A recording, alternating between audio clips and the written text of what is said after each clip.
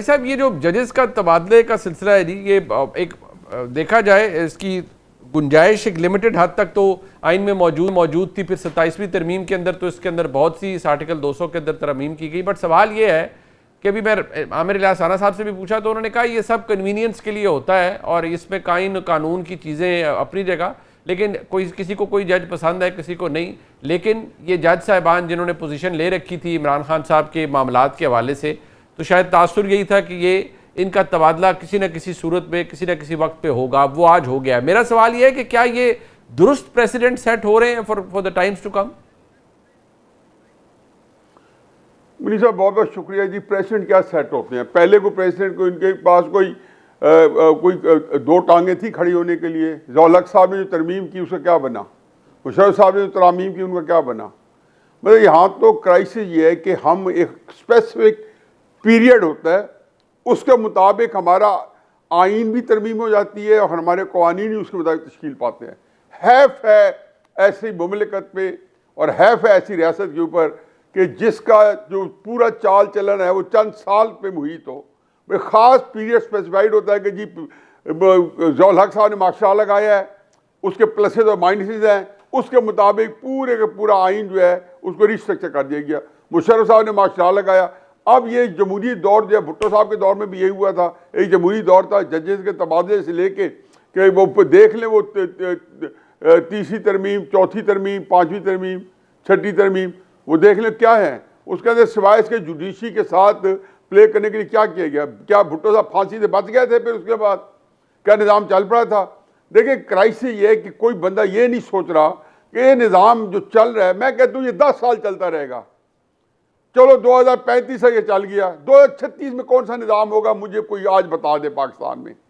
और अगर ये जो हमारे सियासतदान जो आज जिस निज़ाम के तहत रह रहे हैं, जो आइनी बड़े करो फर के साथ आइनी तरामीम कर रहे हैं और पूरी असम्बली को पीछे लगा रखा है, मैं इनसे पूछता हूँ कि 2035 के अंदर यही निज़ाम होगा। मुझे आज बेनज़ीर भुट्टो की एक तकरीर याद आई है, हालांकि वो भी ये सारे जितने सियासतदान हैं यही शरीक जुर्म है, ये हर बंदे ने अपनी हिस्से का एक हिस्सा डाला हुआ है। वो मेरा ख्याल है अप्रैल या मई 1997 में असेंबली में की थी और चंद महीने बाद मेरे ख्याल में उसको पाकिस्तान छोड़ गए, एग्जाइल हो गई थी। तो उन्हें नवाज शरीफ साहब बैठे थे, इशारा करके कहा, उन्होंने कहा कि ये जो कुछ कर रहे हैं ये मेरे बजाय मैं फंस रही हूँ, हमारे लिए करें लेकिन इसमें न खुद फंसना है। अब ऐसी तरह भी मुझे क्या है जी कि जिसको आप बंदों को रख के सामने रख के करें, एक ख़ास किस्म के निज़ाम को सामने रख के बनाएं, तो बंदा क्या कह सकता है जी। वैसे राना साहब ये पर्सन स्पेसिफिक तरामीम और ये तो रियाई साहब ने ठीक कहा है, ये कि किसी खास वक्त में जाती है लेकिन तंग फिर सारों को आगे आने वाले वक्त के अंदर करती हैं। जिस निज़ाम की मैं बात कर रहा था उस बात को छोड़ दें, चले आइन कानून की बहस से भी हम बाहर निकल जाते हैं। किसी चीज़ की ठीक है कानून और मोरालिटी तो अलग-अलग चले चीज़ें होंगी, लेकिन किसी बात का सही होना, उसकी मंतक दुरुस्त होना, इसकी भी तो कोई अहमियत होगी राना साहब। मुनीर साहब बात यह है कि ये बिल्कुल असूली अखलाकी इल्मी आइनी कानूनी बातें होंगी, पर किस जगह कर रहे हैं आप और क्यों कर रहे हैं?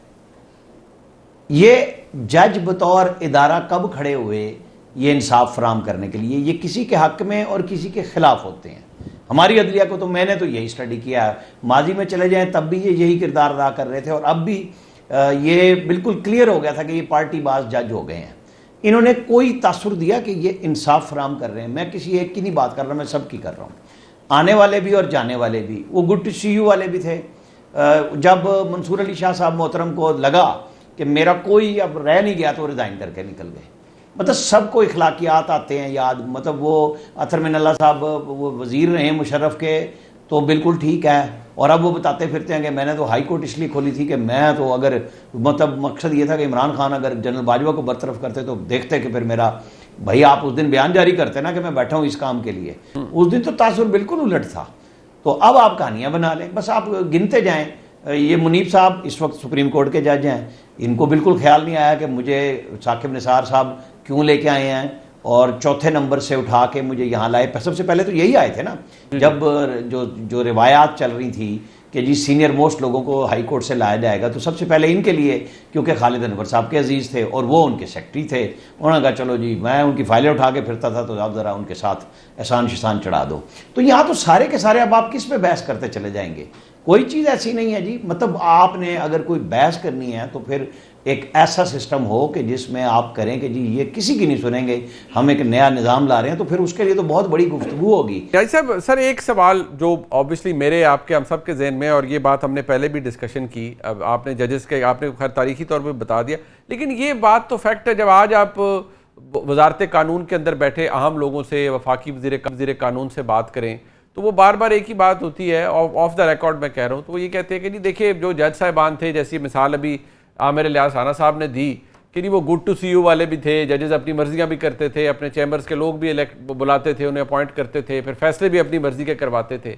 तो जब ये इतनी हमारी अदलिया के अंदर इतनी आलाइशें भर गई थी, चीज़ें ख़राब हो गई थी, तो उनको दुरुस्त भी तो करना था, तो वो दुरुस्त किया गया है, चाहे वो 26वीं तरमीम से किया गया हो, 27वें किया गया हो, अब 28वीं की ज़रूरत पड़ी तो वो भी कर ली जाएगी।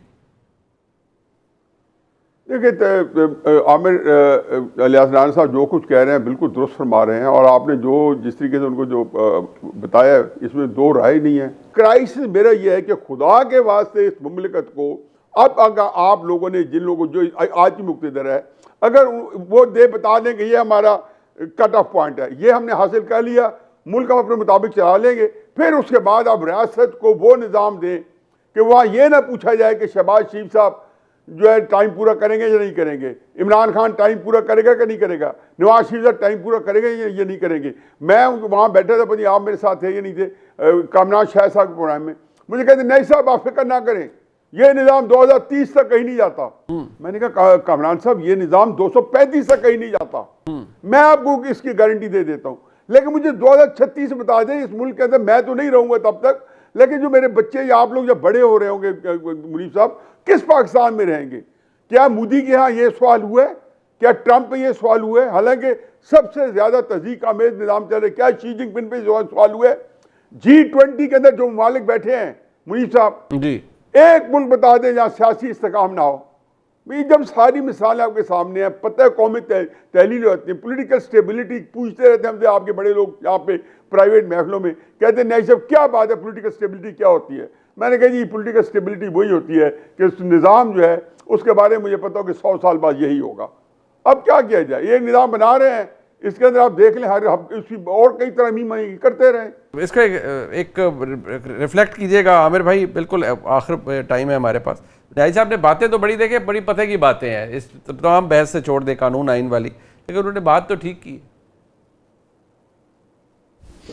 इसकी वो है कि हमें आखरत का पर्चा पता है, हम उसकी भी तैयारी नहीं करते, तो हमें मकाफात अमल का पता है और हम वही तजर्बात कर रहे हैं। हम 78 साल से उन्हीं तजर्बात में हैं कि जिसका एंड वो है जो न्याजी साहब कहते हैं कि ये भी 70 में भी ये था, 85 में भी ये था, 95 में भी यही था। तो फिर अवाम की तो कहानी है ही नहीं ना, ये तो गपशप की हद तक है। फिर फैसला करने वाले हैं तो फिर कोई लोग बैठ जाएं फैसले करा लें, सियासतदान तो नहीं बैठते आपस में, वो तो एक दूसरे की टांग खींचने में लगे रहते हैं और मज़ा आता है फिर सारी मिलिट्री सिविल ब्यूरोक्रेसी का। तो वो नतीजा आप देख रहे हैं। नवाज शरीफ ने की थी तो फिर क्या हशर किया उसके साथ, इमरान खान साहब खड़े हो गए मुसलसल